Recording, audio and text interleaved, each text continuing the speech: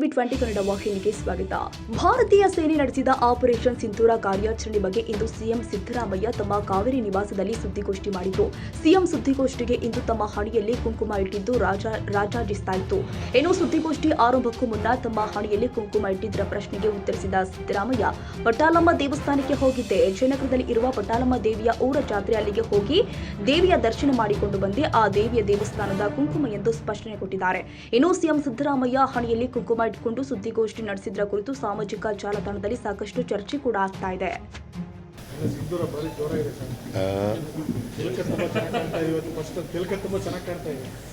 ದೇವಸ್ಥಾನಕ್ಕೆ ಹೋಗಿದೆ ನಾನು, ಪಟಾಲಮ್ಮ ದೇವಸ್ಥಾನ. ಅಲ್ಲಿ ಊರು ಜಾತ್ರೆ ಮಾಡ್ತಾರೆ. ನಾಗರಾಜು, KM ನಾಗರಾಜು ಒತ್ತಾಯ ಮಾಡಿ ಅಲ್ಲಿ ಹೋಗಿ ದೇವಸ್ಥಾನದಲ್ಲಿ ದರ್ಶನ ಮಾಡ್ಕೊಂಡು ಬಂದೆ ಪಟಾಲಮ್ಮನ.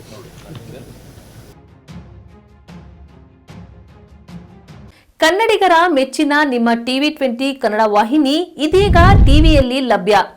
ಕರ್ನಾಟಕ ಮತ್ತು ದೇಶ ವಿದೇಶದ 360 ಡಿಗ್ರಿ ಸುದ್ದಿ ವಿವರವನ್ನ ಪಡೆಯುವುದಕ್ಕೆ ಟಿವಿ 20 ವಾಹಿನಿಯನ್ನು ಲೈಕ್ ಮಾಡಿ, ವಿಡಿಯೋಗಳನ್ನು ಶೇರ್ ಮಾಡಿ, ಕಮೆಂಟ್ ಮಾಡಿ, ಸಬ್ಸ್ಕ್ರೈಬ್ ಮಾಡಿ. HCN ಕೇಬಲ್ 842 ನಂಬರ್ನಲ್ಲಿ ಹುಕ್ಕೇರಿ ತಾಲೂಕು ಹಾಗೂ ಸಂಕೇಶ್ವರದ ಸುತ್ತಮುತ್ತಲಿನ ಹಳ್ಳಿಗಳಲ್ಲಿ ಲಭ್ಯ. PCN ಕೇಬಲ್ 129 ನಂಬರ್ನಲ್ಲಿ ಹಾರುಗೆರೆ ಸುತ್ತಮುತ್ತಲಿನ ಹಳ್ಳಿಗಳಲ್ಲಿ ಲಭ್ಯ. ರಾಯಬಾಗ್ ಡಿಜಿಟಲ್ ಚಾನೆಲ್ ಕೇಬಲ್ 80ನೇ ನಂಬರ್ನಲ್ಲಿ ರಾಯಬಾಗ ತಾಲೂಕಿನ ಸುತ್ತಮುತ್ತಲಿನ ಹಳ್ಳಿಗಳಲ್ಲಿ ಲಭ್ಯ. UDCN ಕೇಬಲ್ ನೆಟ್ವರ್ಕ್ ಉಗಾರ ಸುತ್ತಮುತ್ತಲಿನ ಹಳ್ಳಿಗಳಲ್ಲಿ ನಿಮ್ಮ ಟಿವಿ 20 ಕನ್ನಡ ವಾಹಿನಿಯೂ ಲಭ್ಯ.